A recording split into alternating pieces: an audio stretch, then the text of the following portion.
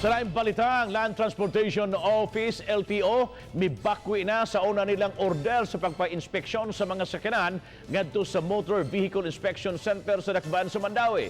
Kay duman sa maging adlaw, giuwan og reklamo ang palisiya sa LTO nga miresultas pagdasok sa mga sakyanan ngadto sa maong sentro. Si Nico Serino sa report.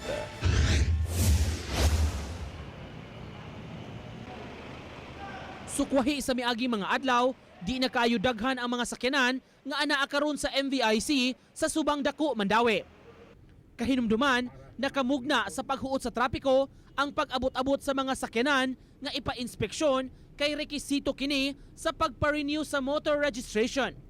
Subay kini sa memorandum nga gi-issue sa LTO pagpahingusog sa inspection aron masiguro ang kaluwasan sa mga sakyanan nga nagsubay sa kadalanan. Sa maong kamanduan, tanang mga motor vehicles dinhi sa Subo, sama sa mga motorsiklo, tricycle, ngadto na sa mga dagkong truck ipasusi sa MVIC. Apan sa pagkakaron, gidefer o gipahunong una ang implementasyon sa order aron makahanay una ang ahensya ug palisiya kabahin niini.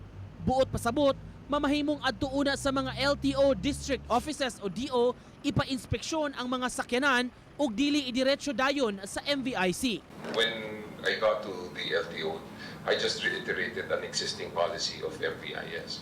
Now, what happened was when we arrived yesterday, we saw the lines, no? And so we realized that the capacity of these MVIS centers were too small to handle the volume of vehicles now.